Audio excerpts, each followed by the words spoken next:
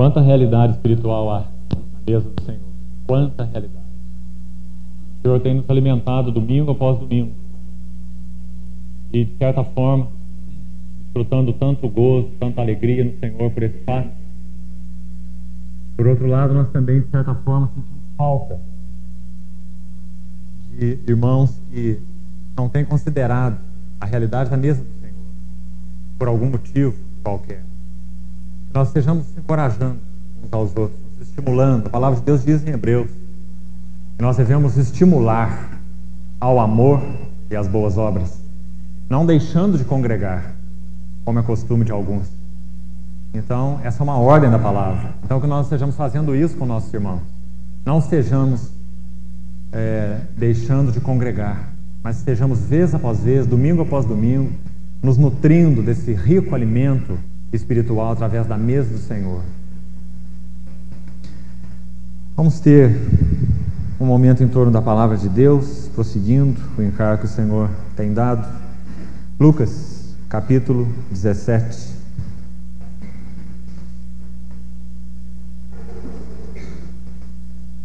Lucas, capítulo 17. Vamos ler a partir do versículo 20.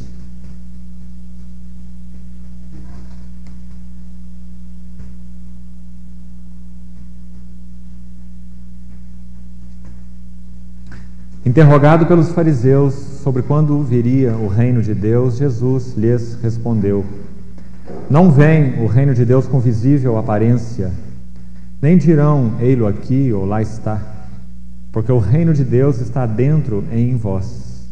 A seguir, dirigiu-se aos discípulos: Virá o tempo em que desejareis ver um dos dias do Filho do Homem, não o vereis, e vos dirão, ei-lo aqui ou lá está, não vades nem o sigais. Porque assim como o relâmpago fuzilando brilha de uma a outra extremidade do céu, assim será no seu dia o Filho do Homem. Mas importa que primeiro ele padeça muitas coisas e seja rejeitado por esta geração. Assim como foi nos dias de Noé, será também nos dias do Filho do Homem. Comiam, bebiam, casavam-se e davam-se em casamento, até o dia em que Noé entrou na arca e veio o dilúvio e destruiu a todos. O mesmo aconteceu nos dias de Ló. Comiam, bebiam, compravam, vendiam, plantavam e edificavam, mas no dia em que Ló saiu de Sodoma, choveu do céu fogo e enxofre e destruiu a todos. Assim será no dia em que o Filho do Homem se manifestar. Naquele dia, quem estiver no eirado e tiver os seus bens em casa, não desça para tirá-los. E de igual modo, quem estiver no campo, não volte para trás. Lembrai-vos da mulher de Ló. Quem quiser preservar a sua vida, perdê-la-á, e quem a perder, de fato, a salvará. Digo-vos que naquela noite 2 estarão numa cama, um será tomado e deixado o outro. 2 mulheres estarão juntas moendo, uma será tomada e deixada a outra. 2 estarão no campo, um será tomado e o outro deixado. Então lhe perguntaram: Onde será isso, Senhor? Respondeu-lhes: Onde estiver o corpo, aí se juntarão os abutres. Pai, abre os nossos olhos para que vejamos as maravilhas da Tua lei. Abre os nossos olhos para que vejamos algo mais da pessoa gloriosa do Senhor nesse texto.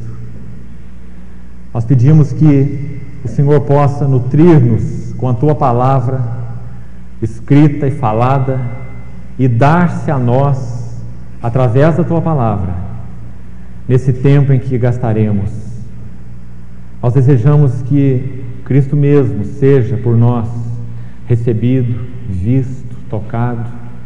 Que o Senhor nos conduza à maior profundidade em Ti, a maior profundidade de arrependimento, a maior profundidade de convicção de pecado, a maior profundidade de devoção a Ti, a maior profundidade de ações de graças. Nós te pedimos, Pai, em nome de Jesus. Amém. Irmãos, nós temos partilhado a respeito desse último alicerce da nossa confissão, a revelação bíblica a respeito da vinda do Senhor. Gostaria hoje de mastigar um pouco mais esse assunto junto aos irmãos. Esse é um tremendo texto com relação à vinda do Senhor, que de forma nenhuma poderíamos deixá-lo de fora dessa visão panorâmica. O Senhor usou dois exemplos imensamente significativos nesse texto, Noé e Ló.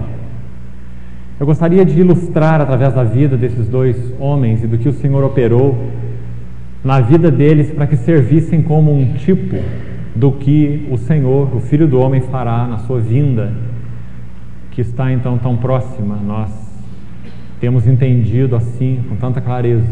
A vinda do Senhor realmente está próxima. Ele usou nesse texto dois exemplos claros a respeito da situação quando da sua vinda. E não apenas isso, mas usando a figura desses dois homens, Noé e Ló, para nos dar advertências muito específicas com relação à sua vinda. Antes de entrar nas exortações propriamente ditas, eu queria mostrar para os irmãos como falar do Senhor é diferente para os fariseus e para os discípulos. Veja no versículo 20 que ele foi interrogado pelos fariseus.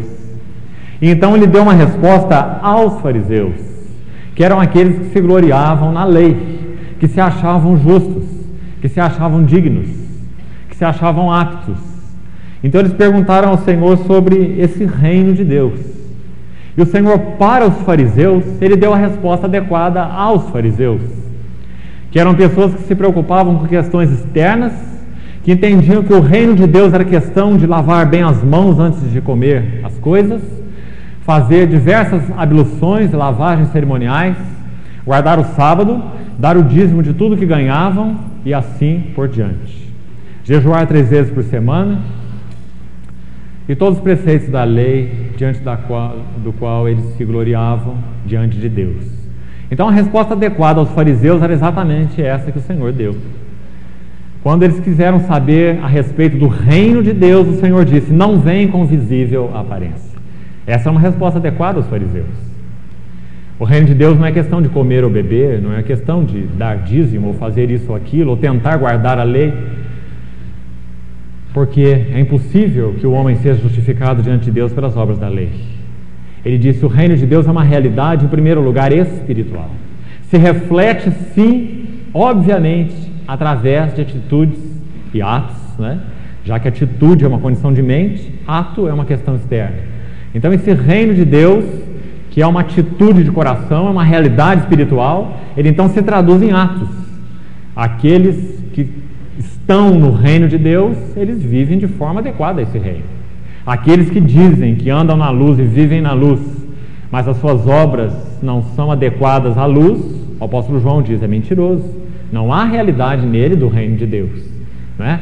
Então o reino de Deus, ele tem uma característica, uma essência, acima de tudo, interior. O reino de Deus está dentro em vós.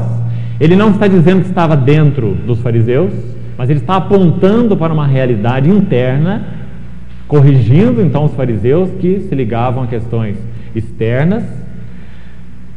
Esse é o motivo dessa resposta do Senhor a eles. Mas veja que imediatamente no verso 22, se você observar com cuidado os evangelhos, isso acontece muito. O Senhor dá uma resposta ao povo em geral e se volta para os seus discípulos em especial. Sempre há essa separação. O Senhor, quando ora a sua oração sacerdotal em João 17, ele diz assim: eu não rogo pelo mundo, mas pelos que me deste do mundo, porque são teus. Pai, santifica-os na verdade. O Senhor tem uma palavra para expor o mundo diante dele, a necessidade de arrependimento, a necessidade de tocar o reino de Deus na sua realidade espiritual, a necessidade de tocar o Senhor como Senhor. E ele tem uma outra palavra para os discípulos, porque estes são aqueles que já o tocaram. Como nós vimos aqui essa noite, mais essas duas irmãs, aqueles que professaram publicamente que pela graça de Deus viram a Cristo. Quem não nasceu de novo não pode ver o reino de Deus, assim como os fariseus não viam. Quem não nasceu de novo não pode entrar no reino de Deus, não é? Então o Senhor se volta no versículo 22 e ele vai falar para os que estavam dentro agora. A seguir, dirigiu-se aos discípulos. Então agora o assunto não é dos fariseus. Os fariseus apenas recebem aquela resposta para atentarem para a realidade espiritual. E os discípulos recebem uma resposta com relação ao reino, também para estarem atentos a uma realidade espiritual, só que muito mais profunda do que aquilo que ele disse para os fariseus. Ele vai entrar em detalhes. Detalhes do reino.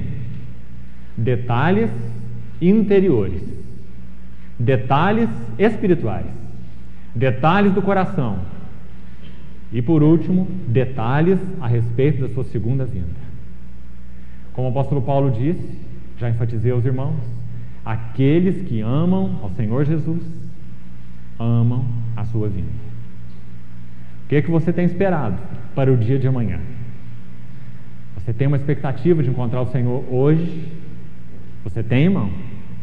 Você pode dizer sim, Maranata? Você tem essa expectativa?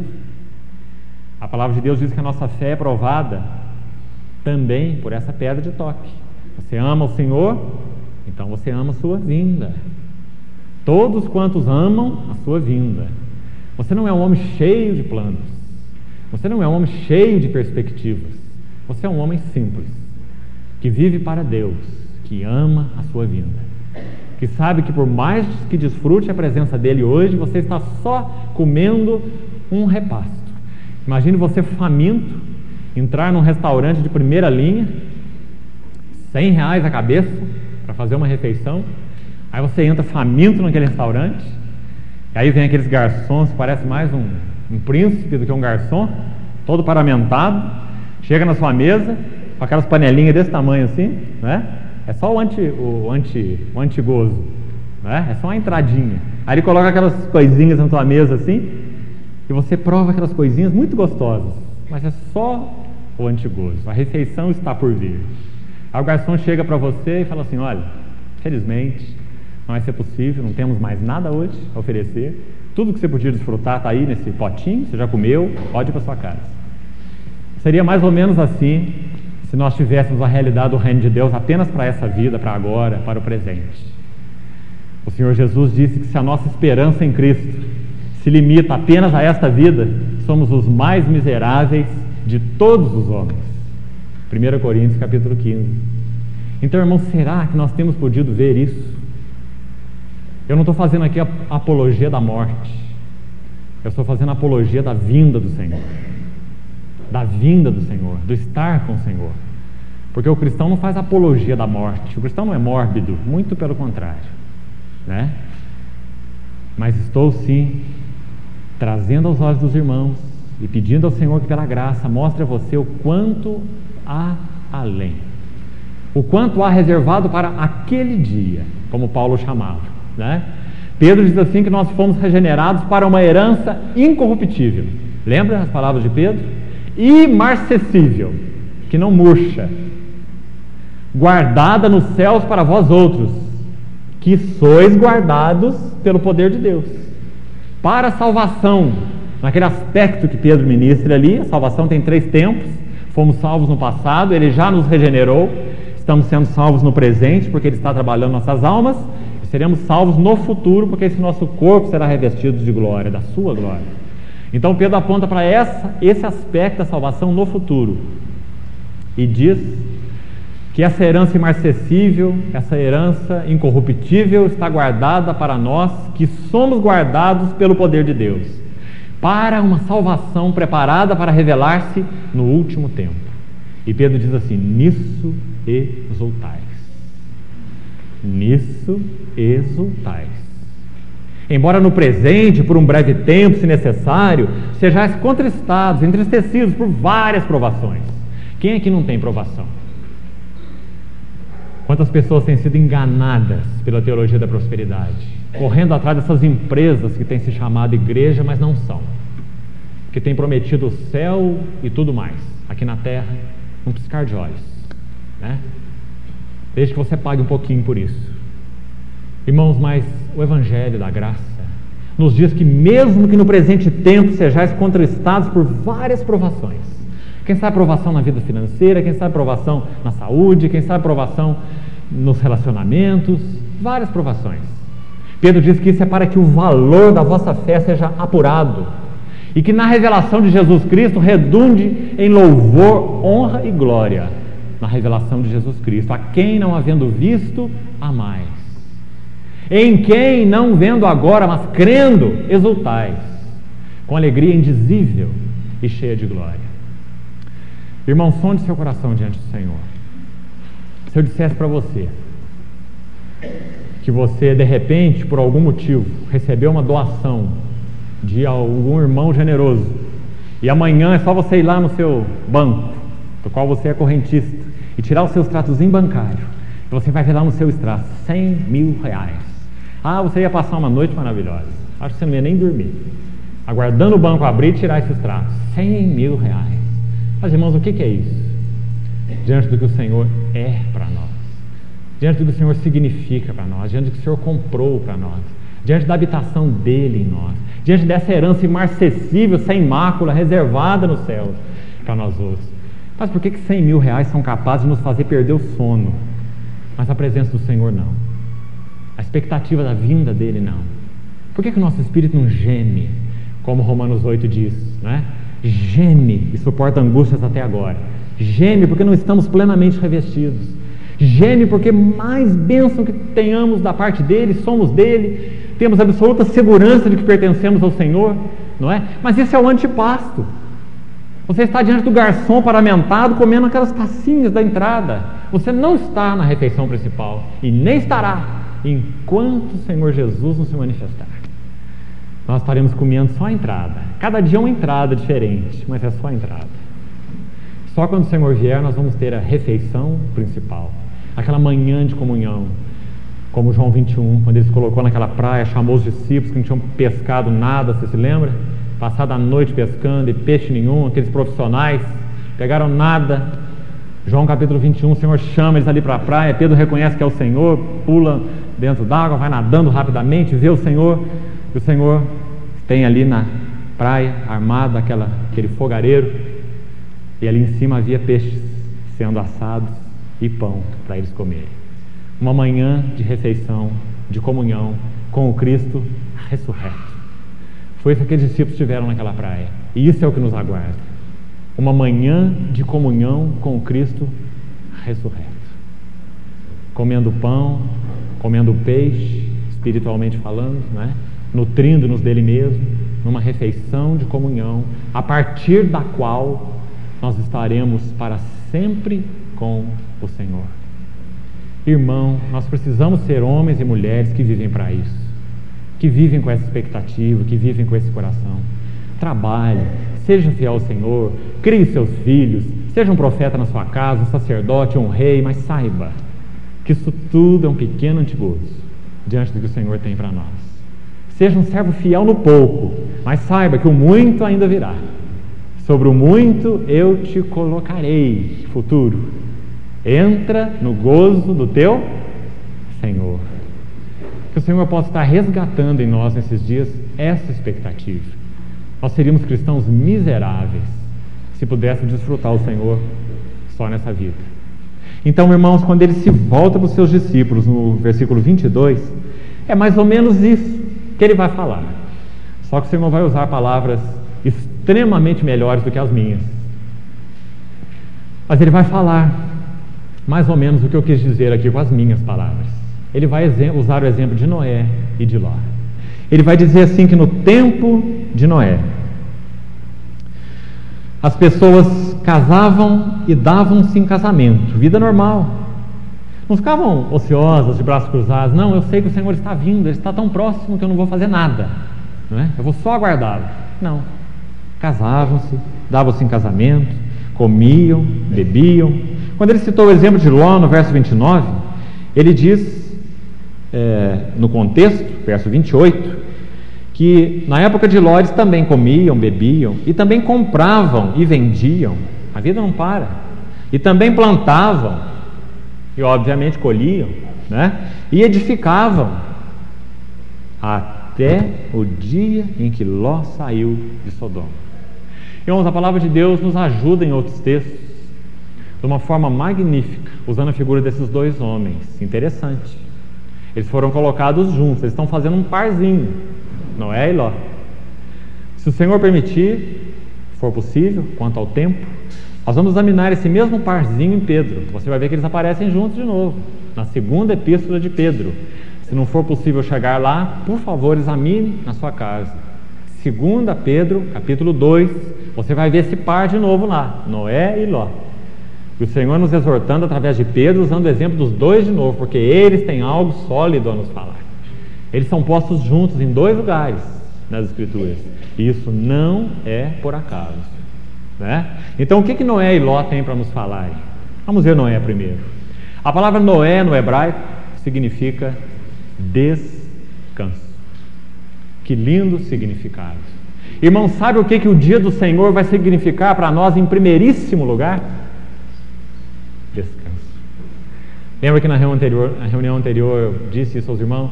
Quando você, pela graça do Senhor, estiver então naquele dia, vendo ao Senhor, nós seremos como Ele, porque haveremos de vê-lo como Ele é, a promessa do Senhor na sua palavra. Quando você estiver diante dele naquele dia, sabe qual a sensação mais gloriosa que você vai ter?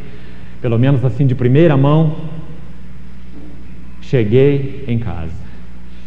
Enfim, em casa. Já não haverá luto, já não haverá pranto, já não haverá dor. As primeiras coisas passaram. Não haverá mais luta da carne contra o espírito. Seu coração não vai estar borbulhando de cobiças e paixões e ambições e desejos. Você estará em casa. Chegaremos em casa. Noé significa descanso. Noé entrou na arca. Claro que nós não temos tempo para tantos detalhes ricos, mas se você consultar Pedro na sua epístola, 1 Pedro, você vai ver que a arca é um tipo de Cristo. Pedro nos diz isso, que assim como aquela arca foi um instrumento de salvação de 8 pessoas, Noé, a sua esposa, os seus 3 filhos e as esposas dos seus 3 filhos, 8 pessoas. Assim como a arca foi um instrumento da salvação daquelas 8 pessoas, ela tipifica Cristo. Cristo, que através da confissão do seu nome pelo batismo, a figura do batismo de novo aí, linda figura, 1 Pedro, a confissão do seu nome no batismo também nos salva, porque é a indagação de uma boa consciência para com Deus, é o que Pedro nos diz. Então Pedro nos diz, Espírito Santo através de Pedro, que a arca é um tipo de Cristo. Então nós estamos usando as Escrituras para se auto-interpretarem. A arca é uma figura de Cristo. Então como você interpretaria Noé entrou na arca? Só uma maneira de você interpretar essa simbologia, não é? Aquele homem de Deus, aquele então que viveu com uma visão clara diante de Deus, como pregador da justiça, Pedro diz isso. Aquele que foi divinamente instruído, Hebreus nos diz isso. A gente vai tentar ler o texto agora mesmo. Esse homem, Noé, descanso, ele entrou na arca. Vamos tentar interpretar isso. A arca é Cristo. Efésios capítulo 4, Paulo diz que nós como igreja, através do auxílio dos dons da graça que Deus concedeu à igreja, apóstolos, profetas, evangelistas, pastores e mestres, com vistas a aperfeiçoar todos os santos, para que os santos desempenhem o seu serviço. O serviço não é só dos 5 ministérios, muito pelo contrário. Os 5 ministérios não servem para nada a não ser que aperfeiçoem os santos. Se eles não aperfeiçoarem os santos, eles são inúteis. Os ministérios servem para aperfeiçoar os santos, para o desempenho do seu serviço, serviço dos santos, para a edificação do corpo de Cristo. Paulo fala assim. Aí ele diz assim: até que todos nós cheguemos, olha o até que todos nós cheguemos aonde? A plena varonilidade, um homem coletivo adulto, não é? Um homem perfeito, a estatura da plenitude de Cristo, para que não mais sejamos como meninos. Nós vamos usar esse texto, Efésios 4, de 11 a 13, para interpretar Lucas 11, 27. Noé entrou na arca. Noé entrar na arca significa esse povo que Deus tem separado para ele como um remanescente fiel. Entrar em toda a riqueza que o Senhor tem preparado para a sua igreja nesses tempos do fim. Quando no horário de Deus, quando ele entender que não todo o cristianismo professa. Não se iluda, irmão. Porque quando o povo de Israel foi cativo para a Babilônia, apenas um pequeno remanescente de todo o povo retornou. A grande maioria daquele povo ficou ali perdido em torno dos ídolos, ali perdido em torno do seu comércio. A história diz que os judeus se tornaram muito bons comerciantes na Babilônia, começaram a ganhar dinheiro na Babilônia. E ali na Babilônia eles ficaram, eles criaram raízes por causa disso. E eles estabeleceram as suas sinagogas, era a sua maneira de cultuar a Deus. Eles tinham a Torá ali, a Torá, a lei. Eles podiam ler a Torá, eles podiam cantar os seus hinos, podiam fazer as suas orações. Então a consciência deles estava apaziguada. Nós estamos cultuando a Deus, nós estamos lendo a nossa lei, nós estamos fazendo nossas orações e nós estamos cantando os nossos salmos. Mas a sinagoga nunca foi ideia de Deus, porque o templo de Deus, a presença de Deus, a vontade de Deus, o nome de Deus estava em Jerusalém. E o povo não tinha nada que inventar sinagoga lá na Babilônia. Esse é um mundo religioso, muito bem estruturadinho, muito bonito, muito paramentado, mas é apóstata, está desviado do verdadeiro evangelho. Então o que o Senhor fez? Ele não foi edificar a sinagoga na Babilônia, nada disso, porque ele não tem nada a ver com a sinagoga. O desejo dele era edificar o templo, reedificar o templo em Jerusalém. Então ele usa Ciro para liberar aquele decreto: olha, todos quantos, usando as minhas palavras, estiverem convictos de que o nome de Deus está lá, a glória de Deus está lá, a casa de Deus está lá, então saiam da Babilônia, se quiserem. Se não quiserem, não saiam. O Senhor fala a mesma coisa conosco hoje. Se você quiser, saia. Se você quiser, não saia. Fique girando em torno, né, da sua religiosidade. Mas se você quiser, saia. Saiamos a ele fora do arraial, levando o seu vitupério. Entrar na arca, irmão, significa que você está atraído só por Cristo. Arca significa que você está atraído só por Cristo, que você está podendo ver a beleza de Cristo e está seguindo após Cristo. Apocalipse fala sobre os seguidores do Cordeiro por onde quer que ele vá. Esse é o remanescente fiel. São aqueles que seguem o Senhor aonde quer que ele vá. As minhas ovelhas ouvem a minha voz, não seguem a voz dos estranhos, porque elas sabem muito bem qual é a voz do pastor. Quando no contexto judaico primitivo, aqueles pastores criavam ovelha, a finalidade não era obter carne, não era uma criação para se obter carne, eles não matavam as ovelhas. A criação era voltada para a produção de lã. Então o pastor estabelecia com a ovelha um relacionamento muito pessoal. Foi nesse contexto que o Senhor falou em João: minhas ovelhas ouvem a minha voz. O pastor criava aquelas ovelhas até que elas morriam de velhas, porque a finalidade era então extrair a lã. E o pastor estabelecia um relacionamento muito íntimo com aquelas ovelhas. Então o Senhor falou assim: as minhas ovelhas, referindo aos seus discípulos, ouvem minha voz, não seguem a voz dos estranhos, eu lhes dou a vida eterna. O mercenário não, quando ele vê vir o lobo, ele é o primeiro a arrumar um cantinho para ele sair, deixa as ovelhas que se virem. Ele diz: mas o pastor não. O pastor não entra pela janela, o pastor entra pela porta. Ele não é mercenário. Eu sou o bom pastor dá a vida pelas ovelhas. Então, irmãos, quando o Senhor chama esse remanescente fiel, ele chama para ele. O que o pastor tem é ele mesmo. Quando ele usa no Salmo 23 linguagem de pastos verdejantes, de águas tranquilas, saiba que aquilo nada mais é do que ele mesmo.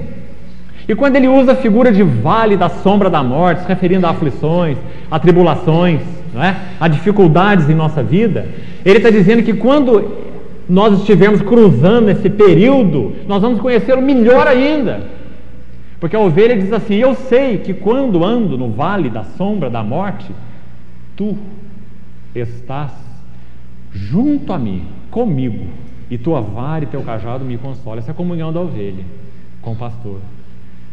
Irmãos, mas infelizmente, não é todo o povo de Deus que tem visto Cristo assim, e que tem desejado só a Ele, não é? E para que a situação se torne mais difícil, há tantos falsos profetas, colocando outros alvos na frente do povo de Deus, que não é o próprio Cristo. Mas o Senhor, pela sua graça, tem restaurado sua igreja, e tem chamado corações de irmãos e irmãs a Ele mesmo, a Ele mesmo. Noé entrou na arca. Nós precisamos entrar em tudo aquilo que o Senhor tem mostrado a nós, que é possessão nossa em Cristo. No que você está precisando entrar, irmão? O Quem sabe como marido, quem sabe como pai, não é? Quem sabe como patrão, como empregado. No que você percebe espiritualmente que você está precisando entrar, verdadeiramente pela fé tomar posse, saber isso é meu em Cristo, Ele me conquistou. O que está faltando no seu coração? Descansar. Não é significa descanso. Na medida que nós vamos entrando espiritualmente falando em Cristo, numa vida de comunhão, através da palavra, através da habitação nele, através do seu lavar pelo seu Espírito, através da vida da igreja, não é? Quanto mais nós vamos entrando, mais nós vamos descansando. O chamado para a igreja hoje, irmão, é para entrarmos na arca. Na linguagem de Efésios, entrarmos em tudo aquilo que Deus nos tem dado em Cristo. Entra profundamente. Não fique no limiar da porta. Entra profundamente. O que você está carecendo? Cristo é. Entra profundamente em descanso, entra profundamente em júbilo, entra profundamente em ações de graça, entra profundamente em arrependimento, entra profundamente na sua luz, sem medo. Saiba que tudo que você tem reservado na sua vida tem causado dano a você. O Senhor deve levar à morte tudo o que está oferindo em nossas vidas. Não ache, irmão, não ache que você pode ter cantinhos reservados para o seu desfrute na sua própria vida, para o seu prazer, muito pessoal, apartado do Senhor. Isso é uma mentira, isso é um engano do maligno. Você só pode ter verdadeiro prazer permitindo que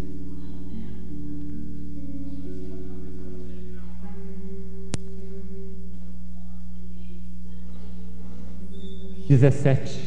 Exorta os ricos do presente século que não sejam orgulhosos, não depositem a sua confiança na estabilidade da riqueza. Aí ele diz assim: mas em Deus, que tudo nos proporciona para o nosso prazer. Está vendo quem que nos dá prazer? Deus. Quando Ele nos proporciona alguma coisa, Ele nos proporciona para o nosso prazer, lícito, não é? Mas não confunda as coisas que Ele nos proporciona com Ele mesmo. Cuidado com o seu coração, não é? E não cultive prazeres que não dão prazer a Ele, Deus. Se não dá prazer a Deus, irmão, não pode dar, intrinsecamente falando, prazer a você. Não pode. Só está matando tua alma aos poucos. Sabe, irmão, Satanás tem diversas formas de instilar morte nas nossas almas. Às vezes ele é abrupto. Graças a Deus que a bondade do Senhor nos guarda. Nós somos como Asaf no Salmo 73. Cada um de nós pode usar aquela linguagem. Quase me resvalaram os pés. Pouco faltou para que eu caísse. Não é? Mas a tua mão está sempre diante de mim, tu me preservas, tu me cuidas. Cada um de nós pode dar esse testemunho, mas essa é uma das maneiras de Satanás se infligir sobre as nossas vidas. A outra maneira é paulatina. Ele não é apressado, ele é estrategista. Se alguma coisa cativa a tua alma, ele sabe trabalhar essa coisa, ele sabe colocar essa coisa de forma sutil para realmente ganhar você. Da mesma maneira que o pescador usa a isca certa para pegar o peixe certo. Não existe isca universal, existe uma isca para cada tipo de peixe. É assim que Satanás nos atrai. Ele sabe como lidar, ele sabe qual isca ele vai usar na sua vida, para então, pouco a pouco, ir levando você para caminhos de morte. Se não fosse a guarda do Senhor, nenhum de nós estaria aqui. Nós somos reconhecidos disso. Mas por outro lado, nós temos que saber que esse processo continua, irmão. O inimigo de nossas almas nunca terá descanso, enquanto ele não for finalmente vencido pelo Senhor. Alguns ele vai usar armas muito lícitas. Aliás, no texto que nós estamos usando aqui como base, só existem armas lícitas. Casar por acaso é algo errado? Dar-se em casamento por acaso é algo errado? Comprar é errado? Vender é errado? Plantar é errado? Edificar é errado? Todos os termos estão aí no seu texto. Há alguma coisa errada nisso? Essencialmente falando, não há. Mas a palavra de Deus, o Senhor Jesus está nos dizendo que essa geração vivia para isto. E esse era o problema. Viviam para isso. Viviam para coisas legítimas, mas as coisas legítimas corromperam seus corações. Então, meu irmão, que cuidado nós precisamos ter. O Senhor usou essa exortação, Ele está falando para nós, para os seus discípulos. Aqui não tem pecado nenhum, no sentido imoral da coisa, negativo da coisa. Aqui tem pecado no sentido de algo lícito nos atrair e nos levar a perder o alvo, porque esse é o sentido do pecado na sua forma original, né? Amartia, pecado, significa errar o alvo, né? Pecar, a palavra original no grego, errar o alvo. Aqui tem pessoas que erraram o alvo, porque viveram para beber, para casar, para plantar, para edificar, para comprar e para vender, não é? Então, irmãos, se o Senhor não nos ajudar nessa esfera, nós estaremos em dificuldades. Ele diz em Lucas 21, logo à frente aí, que aquele dia, o seu dia, se nós não cuidarmos de nós mesmos, ele pode nos apanhar como um laço. Eu queria usar um pouquinho da linguagem exortativa do Senhor a respeito de Noé, para nos ajudar a entender o que o Senhor quis dizer de forma mais específica. Vamos, por favor, em Hebreus capítulo 11. Deixa esse texto de Lucas marcado aí na sua Bíblia. Hebreus é um dos livros que nos ajuda no entendimento a respeito do significado da vida de Noé e do fato de Noé ter andado com Deus. Vamos dar uma olhada rapidamente. Hebreus 11 é apenas um versículo a respeito de Noé. Só há um versículo sobre Noé, mas cheio de conteúdo. Hebreus 11, 7, presta atenção. Pela fé Noé, primeiro. Irmão, Noé então é uma figura daquele remanescente no meio de todo o cristianismo, daquele remanescente que pela graça, fidelidade e amor do Senhor ao seu próprio nome tem sido conservado fiel. Da mesma forma que ele chamou um remanescente lá na Babilônia. Noé é uma figura daqueles que querem Cristo. Noé é uma figura daqueles que querem apenas Cristo. Então diz, pela fé Noé, divinamente instruído acerca de acontecimentos que ainda não se viam. Primeiro aspecto tão maravilhoso. Irmãos, quem somos nós? Se nós amamos o Senhor, nós estamos incluídos aí. Nós somos aqueles que têm sido divinamente instruídos acerca de acontecimentos que ainda não se veem, mas que nós sabemos que são certos, não é? Nós estamos podendo ler, como que numa carta, os sinais claros da volta do Senhor, lendo na natureza, na criação, lendo na política, lendo na economia, lendo na situação financeira mundial, lendo na história da igreja, na apostasia, que o Senhor disse que viria, antes dele viria a apostasia, um desvio da verdade, não é? Universal, mundial, global. Nós estamos lendo como que numa carta todos os sinais da vinda do Senhor, porque nós temos esse privilégio. Agora, irmãos, e o mundo? E o mundo? Sejamos nós testemunhas fiéis do Senhor, porque o mundo nem essa carta conhece, né? Nem essa carta conhece. Mas nós temos sido divinamente instruídos acerca de acontecimentos que ainda não se viam. Primeira bênção que aqueles que são tipificados por Noé têm. O Senhor tem nos advertido, o Senhor tem nos falado, o Senhor tem nos ensinado. Segundo, sendo temente a Deus. Expressão interessante. Traduzindo numa linguagem simples, ser temente a Deus significa levar Deus a sério. Como tem sido o seu relacionamento com Ele, irmão? Quantas vezes o Senhor tem dado a mesma nota? Porque Ele tem dado essa nota nas nossas próprias vidas, pessoais, individuais. Eu sei de cada um de nós. Quantas vezes nós tocamos essa mesma tecla? Você tem levado o seu relacionamento com Deus a sério. Significa que você não tem guardado pecados na sua vida não julgados, não confessados. Você não tem guardado recantos do seu coração fora da luz de Deus. Você tem sido temente. Você tem levado Deus a sério. Esse é o significado de ser temente. Noé levou. Não se sabia o que era chuva na época de Noé. Isso não existia. Imagine aquele homem. Imagine aquele homem. Já avançado em dias. Segundo a narrativa de Gênesis, 600 anos. Imagine aquele homem, de repente, se colocando no meio daquela geração e pregando que o Senhor ia julgá-los definitivamente, porque a medida da iniquidade deles já tinha enchido até o topo, e que o Senhor iria julgá-los. Pedro nos diz que Noé pregou assim. O Espírito Santo nos ajuda lá em Pedro, porque ele diz que Noé era um pregador da justiça. Então Noé pregou sobre a justiça e o juízo de Deus lá para a sua geração. Antes de você ler a história de Noé em Gênesis 6, você vê que há um decreto de Deus para aquela geração. O Senhor diz assim, a palavra diz assim: viu Deus que a maldade havia se multiplicado no coração do homem, e que era mal todo o desígnio do seu coração. E a palavra é mais forte. A palavra no hebraico significa que aquilo pesou no coração de Deus.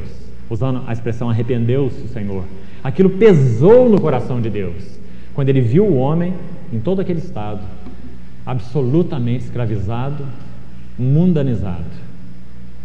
Então o Senhor deu aquele decreto em Gênesis 6. Mas aí a palavra diz assim: mas Noé achou graça. A questão não começou com Noé, começou com Deus. Porque o primeiro versículo sobre Noé diz que Noé achou graça diante de Deus. E depois diz: essa é a história de Noé. Você está vendo? Noé não teria história afora a graça. Primeiro Noé achou graça. E se é graça, não é por mérito. Se é graça, não é por obras. Noé achou graça, porque Deus concedeu a ele graça. Sua graça é livre. Noé achou graça. E porque Noé achou graça, Noé teve uma história. Então você lê em Gênesis assim: e essa é a história de Noé. Então você vê aquela história tão maravilhosa, porque ele achou graça. E você e eu? Quem somos nós? Quem é você, irmão? Você é um convencido a respeito das verdades da Bíblia? Ou você é um convertido por Cristo e a Cristo? Se você é um convertido a Cristo, então você também achou graça. E você também tem uma história. E o chamado do Senhor para você também é o mesmo de Noé. Aparelha a tua arca. Ele usa a exortação do próprio Noé para dizer para nós, essa geração do fim: olha, como foi nos dias dele, será novamente. O Senhor está dizendo: eu vou repetir a história, mas eu vou guardar Noé na arca, que significa o meu remanescente fiel será guardado. Temente a Deus, a expressão aí de Hebreus 11:7. Aparelhou uma arca. Tiago diz assim: a fé sem obras é morta. Então Hebreus diz assim: Noé temeu a Deus porque ele creu, ele levou Deus a sério. Então ele praticou algo, porque a fé sem obras é morta. Nós não somos salvos pelas obras, nós somos salvos pela graça por meio da fé. Mas a fé que salva nunca está sozinha, sempre está acompanhada das obras da salvação, daqueles que são salvos, que fluem deles naturalmente, porque são salvos. Não é para serem salvos, é porque são salvos. Então a palavra de Deus diz o mesmo de Noé. Ele aparelhou uma arca. Irmão, em que sentido você precisa aparelhar a arca? A arca é uma figura de Cristo. Onde você tem percebido, em que áreas da sua vida você tem visto que Cristo precisa realmente levar você ao pó, humilhar você, quebrar você, ganhar você, libertar você, salvar você, encher você? Aparelhou uma arca. Saiba que Ele não fará isso usando um pé de cabra para arrebentar a porta do seu coração. Esse não é a atitude do nosso Senhor. Do lado de fora da igreja de Laodiceia, Ele batia e dizia: eis que eu estou à porta e bato. Se alguém ouvir a minha voz e abrir a porta, eu entrarei e terei uma refeição de comunhão com Ele e Ele comigo. Esse deve ser o nosso maior anelo do coração. Isso é aparelhar uma arca. Onde o Senhor tem pedido? O que o Senhor tem pedido na sua vida? O que você tem retido dele? Aparelhou uma arca. Agora veja aqui: para a salvação de sua casa, e pela qual condenou o mundo. Que coisa impressionante. Você vê que essa entrada desse povo remanescente, fiel, que o Senhor tem atraído para Cristo, para o seu Filho, só para Ele. Você vê que a entrada desse povo numa realidade espiritual mais profunda implica em duas coisas, e não uma só. Você vê que na medida que a nossa vida cresce em Cristo, à medida da estatura, da plenitude de Cristo, como Paulo fala, você vê que à medida que nós entramos na arca, e vamos entrando, na vida de Noé foi um processo de 120 anos, não é? Foi o tempo que o Senhor deu, pela longanimidade do nosso Deus. Noé tinha numa mão, figuradamente falando, a palavra de Deus, na outra o martelo. Por um lado ele pregava a palavra àquela geração, por outro lado ele fabricava a arca. Isso é fé com obras. Então a palavra diz que quando Noé aparelhou a arca, chegou aquele momento, duas coisas aconteceram. Primeira coisa, a sua família foi salva. Irmão, maravilhoso, não é? Você tem tido esse anelo no seu coração? Você é um Noé? Você quer salvar a sua família? Você quer ser na sua família uma fragrância, um cheiro de vida, como Paulo fala em Coríntios? Você sabe que você, homem, como profeta, sacerdote, rei na sua casa, você tem a graça, o privilégio de ser ali um instrumento de Deus para a salvação de sua família? Quando Noé aparelhou a arca, ele salvou sua família. Veja bem. Agora olha o outro lado, que sempre está presente. Ele condenou o mundo daquela época. Que coisa, irmão. Que coisa. Eu vou te citar um exemplo aqui. Como eu disse, a gente só pode passar panoramicamente, mas é impressionante. Você se lembra em Gênesis, quando o Senhor prometeu a terra para Abraão e disse que os descendentes de Abraão possuiriam aquela terra de Canaã? Você se lembra que o Senhor disse assim para Abraão, que ainda não tinha se enchido até a tama, até a boca do vaso, a medida da iniquidade dos amorreus, ou os cananeus, que eram o povo que habitava em Canaã. Em Canaã, a terra que o Senhor prometeu ao seu povo era uma terra absolutamente perversa, terrível. Irmãos, escavações arqueológicas na região de Jerusalém e arredores mostram que a cultura dos amorreus, na época em que Josué e aquele povo então entrou na terra, era uma cultura absolutamente perversa, maligna e diabólica. Um chefe de família, era costume dos cananeus na terra de Canaã, quando um pai de família ia edificar uma casa, sabe o que ele fazia? Matava o filho mais velho e colocava o filho mais velho dentro de um jarro e enterrava o filho naquele solo e então construía a sua casa, para que aquela casa pudesse ser abençoada pelos deuses, porque a ira dos deuses tinha que ser aplacada com sangue. Então eles matavam seus filhos, enterravam e depois edificavam suas casas. Era uma cultura diabólica, maligna, perversa.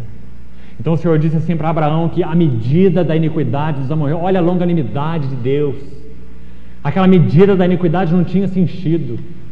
Irmão, que coisa tremenda é o nosso Deus. Quando nós olhamos para a situação do mundo em geral hoje, e quando nós olhamos para a situação do cristianismo, parece que na nossa visão, essa medida se encheu há muito tempo, porque a nossa medida, ela é muito pequena. Mas olha a medida do nosso Deus. Ele disse para Abraão, ainda não se encheu a medida da iniquidade dos amorreus. Então ele diz que quando essa medida se enchesse, então esse povo entraria lá e possuiria aquela terra. E a entrada de Josué em Canaã significou duas coisas e não uma só. Assim como aqui a entrada de Noé na arca, segundo Hebreus 11. Significou que o povo de Israel herdou uma terra, que era a terra da possessão de Deus. O Senhor ia limpar aquela terra, através do povo dele, conquistar toda aquela terra para ele. Foi o que ele fez até os dias de Davi, quando Davi conquistou toda a terra conhecida, não é? O Reino Unido de Israel, através de Davi, o homem segundo o coração de Deus, que é um tipo de Cristo. Então, o que ele disse para Noé foi o mesmo que ele disse para Abraão, tempo depois. Então, irmãos, hoje a mesma coisa. Na medida que ele tem trabalhado a igreja, santificado a igreja, adornado a igreja, como Paulo fala, duas coisas estão acontecendo, e não uma só. A igreja está entrando na arca para a salvação de sua casa, a família de Deus, a própria igreja. Noé salvou a sua casa, não é? A igreja então está possuindo plenamente tudo aquilo que ela tem em Cristo. Então isso é salvação plena para a família de Deus, para a própria igreja. Por outro lado, será condenação para o mundo. Você vê isso? O Senhor irá julgar o mundo segundo o seu horário de trabalho na vida da igreja. Que lugar importante nós temos nesse propósito, não é? O Senhor vai julgar o mundo de acordo com o trabalho que Ele está fazendo na igreja. Sabe por quê, irmão? Ele deseja que a igreja seja a luz desse juízo para o mundo. Paulo em Coríntios diz assim, nós devemos ser em Cristo, para com Deus, um bom perfume, naqueles que se perdem, cheiro de morte para a morte, mas naqueles que se salvam, cheiro de vida para a vida. Aí Paulo pergunta assim, quem de nós é suficiente para estas coisas? A palavra ali é idôneo, que significa quem de nós tem um caráter adequado para isso. Irmãos, as pessoas respeitam você? Eu sei que o cristão, por muitos motivos, ele é motivo de zombaria, né? Sei, nosso Senhor foi. Mas as pessoas com as quais você se relaciona respeitam você? Elas sabem que você tem temor de Deus? Ou você é aquele chuchu, né? Que toma o gosto da panela que você está? Ou as pessoas te respeitam? Respeitam a tua convicção, a tua postura, a tua fé, sabem da tua vida com Deus, buscam refúgio em você, ajuda, aconselhamento, oração. Deus tem te dado a graça de ser cheiro de vida para a vida, mas também de morte para a morte. Existem pessoas que às vezes tocam você e dizem: não, isso não é para mim, isso não dá, isso eu não quero. Mas não porque estão vendo religião em você, não, mas porque estão tocando Cristo mesmo. Os fariseus tocaram Cristo e não quiseram. Aquele jovem rico tocou Cristo e não o quis. O Senhor o amou, a palavra diz, o Senhor fitou o jovem rico e o amou. Mas o jovem não o amou, o Senhor que amou o jovem. Então quando o jovem tocou o Senhor, ele quis ir embora. Não, isso é demais para mim. Também não é assim, não vamos ser tão radical. Vender os meus bens, dar aos pobres e te seguir, não. Eu quero um meio termo. Mas o Senhor sabia que para aquele jovem não havia meio termo, porque era um jovem avarento, não é? Então, irmão, nós temos sido cheiro de vida para a vida e cheiro de morte para a morte. Quem é idôneo para essas coisas? Idôneo, maduro, crescido. Irmãos, esse era Noé. Eu creio que o horário de Deus realmente é um horário não cronológico, mas é um horário espiritual. Por que o Senhor ainda não voltou? Porque o seu remanescente não está pronto. O seu remanescente não é uma carta clara a essa geração. O Senhor não tem voltado os seus olhos para um ou outro homem ou mulher aqui ou ali. O Senhor quer um povo que testifica a sua presença. O Senhor quer um povo que expressa a sua beleza, a sua graça, a sua santidade, mas a sua justiça, o seu juízo, a sua veracidade, não é? Então, irmão, esse é um dos significados da vida de Noé, pregador da justiça. Irmão, não seja alguém que se conforma à temperatura que lhe é imposta. Seja alguém que tem uma temperatura própria, à medida da sua vida com Deus. E o Senhor vai te usar como cheiro de vida para vida, mas também como cheiro de morte para morte. Você deve ser um instrumento de salvação, mas também um instrumento de condenação. A palavra é tão clara sobre isso, né? No sentido de julgar pecados. A única possibilidade que nós temos de que pessoas sejam conduzidas ao arrependimento é sermos para elas um instrumento da luz de Deus, porque a luz de Deus julga, a luz de Deus reprova, a luz de Deus não pactua com o mal, não é? Então esse é um caráter importante a respeito de Noé que nós temos que destacar, e da igreja do tempo do fim, se nós estamos numa posição adequada. Vamos a 2 Pedro, bem rápido. Eu quero ler o texto para os irmãos e depois os irmãos meditem em casa. Nosso tempo praticamente acabou. 2 Pedro capítulo 2. Preste atenção nesses versículos. 2 Pedro 2. Assim como no meio do povo surgiram falsos profetas, veja bem, leia esse texto olhando para a nossa história hoje, como cristianismo em geral. Veja se você acha similaridades. Assim como no meio do povo, não é no mundo, é no meio do povo de Deus, surgiram falsos profetas, assim também haverá entre vós falsos mestres, os quais introduzirão dissimuladamente, é com jeitinho, é sutilmente, heresias destruidoras, até ao ponto de renegarem o soberano Senhor que os resgatou, trazendo sobre si mesmos repentina destruição. Primeira marca, o nome do Senhor vai ficar de lado.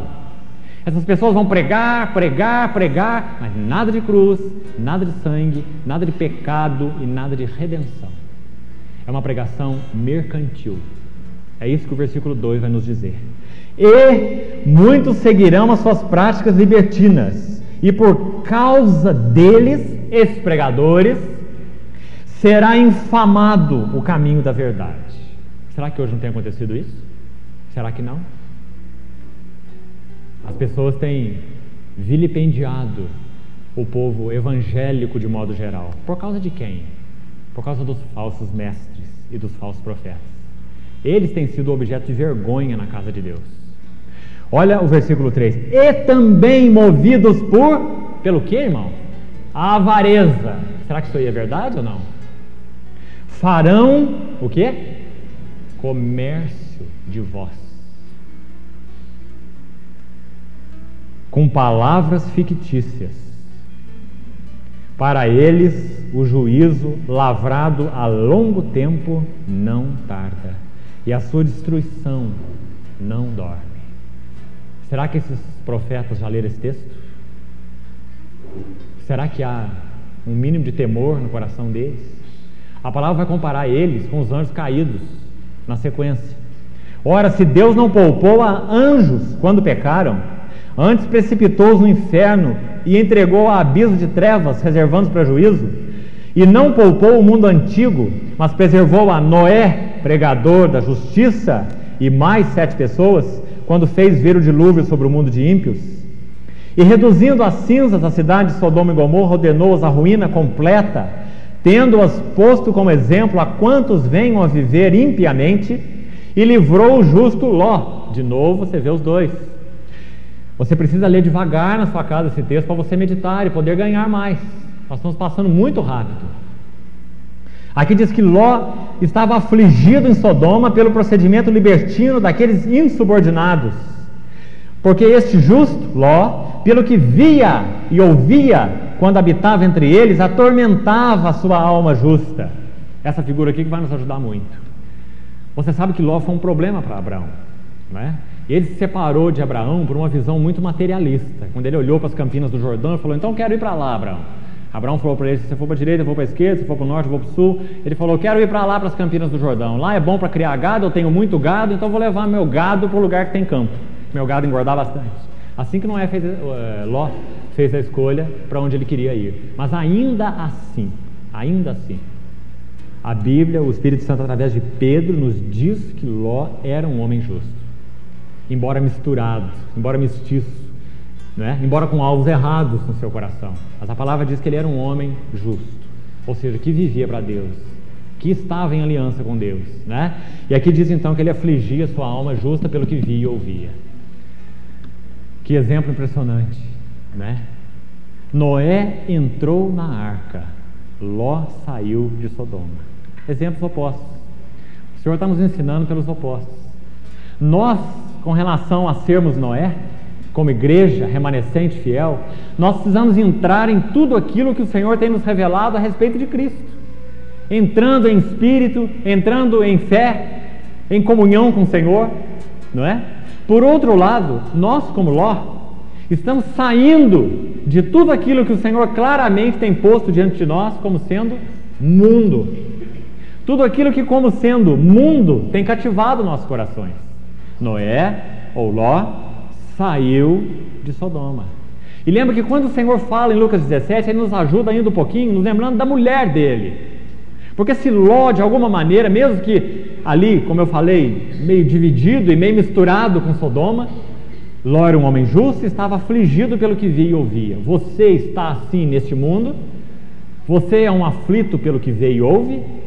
Quando você assiste Jornal Nacional, o que você sente? Prazer, alegria, paz, descanso? Não é? Quando você lê as manchetes, quando você lê a revista, lê um jornal, irmão, que coisa terrível, que coisa desastrosa, não é? A palavra diz que Ló afligia sua alma justa pelo que via e ouvia no meio daqueles insubordinados. E a palavra diz que Ló saiu de Sodoma. Isso significa que o nosso coração, embora estando no mundo, não somos do mundo. E não estamos permitindo que o mundo venha dissimuladamente nos prender. Venha devagarzinho com o seu comprar. Compre, compre, compre. Venha devagarzinho com o seu vender. Vende, vende. Venha devagarzinho com o seu casar, dar-se em casamento. Planta, planta. Edifica, edifica. Então nós tomamos cuidado com essas coisas. Assim que o Senhor nos exortou, assim será a vinda do Filho do Homem, como nos dias de Ló. Assim como Ló saiu de Sodoma. E para terminar, se o Senhor me conceder assim, na próxima reunião nós vamos fazer mais exortações em torno desse texto, se o Senhor permitir. Mas por hoje, para terminar, no texto de Lucas 17, O Senhor nos ajuda ainda um pouquinho, nos lembrando não só de Ló, mas da mulher de Ló. Aquele versículo para mim é impressionante, porque no meu coração soa como um trombone, irmãos, uma corneta. Lembrai-vos da mulher de Ló. Sabe que quando a Bíblia usa a palavra lembrai-vos, ela quer nos ajudar de uma forma muito específica. O Senhor diz que quando nós comemos o pão, comemos o cálice, o que nós estamos fazendo? Lembrando a morte do Senhor até que Ele venha. É uma doce lembrança que Ele deseja que nós façamos vez após vez. Mas tem algo mais que nós precisamos lembrar. Lucas 17. Lembrai-vos da mulher de Ló. O que a mulher de Ló fez enquanto saía de Sodoma? Tudo aquilo que estava debaixo do juízo de Deus era o que ela amava. Então, na medida que Ló carregou aquela mulher pela mão e tirou a mulher dele de lá, quando ela estava no alto da campina, ela olha para trás. Para tudo aquilo que Deus havia julgado, era onde estava o seu coração. Onde está o teu tesouro, aí também estará o teu coração. E a palavra diz então que ela se virou e olhou. E ela se tornou uma estátua de sal. Sal na Bíblia fala de testemunho. Vós sois o sal da terra. A mulher de Ló é um testemunho vibrante aos nossos ouvidos. Cuidado com plantar, edificar, comprar, vender e etc, etc. Lembrai-vos da mulher de Ló. Quem quiser ganhar a sua vida, perdê-la. Vida da alma, né? A nossa vida aí diária, de afeições, de relacionamentos, de vontade, de desejos, né? De pensamentos. Quem quiser salvar a sua vida, perdê-la. Então, irmãos, que o Senhor nos ajude. Como eu disse, a minha intenção nesses tópicos, nesse estudo específico que tenho feito, não é falar a respeito de fatos sobre a vinda do Senhor, mas é tocar no espírito da vinda do Senhor. Seja fiel, irmão, e esteja preparado para que aquele dia não te apanhe como um laço. Que o Senhor derrame sobre nós sua graça. Que o Senhor derrame sobre nós espírito de sabedoria e de entendimento espiritual. Que o Senhor nos dê realmente viver como pessoas que estão no mundo, mas dele não são. Santificando-nos cada dia pela verdade, sua palavra, a palavra da verdade. Desarraigando-nos como aquele trigo na medida que vai amadurecendo. E as suas raízes se soltando. Que o Senhor nos ajude. Leia esse texto novamente na sua casa, tanto de Lucas quanto de Pedro. E ore ao Senhor para que Ele te ajude. Porque você estará tocando no mais elementar da sua vida diária. Peça que o Senhor te ajude. Para que você possa em Cristo plantar melhor, comprar melhor, vender melhor, edificar melhor, sem o seu coração estar ganho por essas coisas. Quando Ele então falou sobre a sua vinda, Ele usou esses dois homens para nos exortar. Como Noé, precisamos entrar no nosso Cristo cada vez mais profundamente. Como Ló, precisamos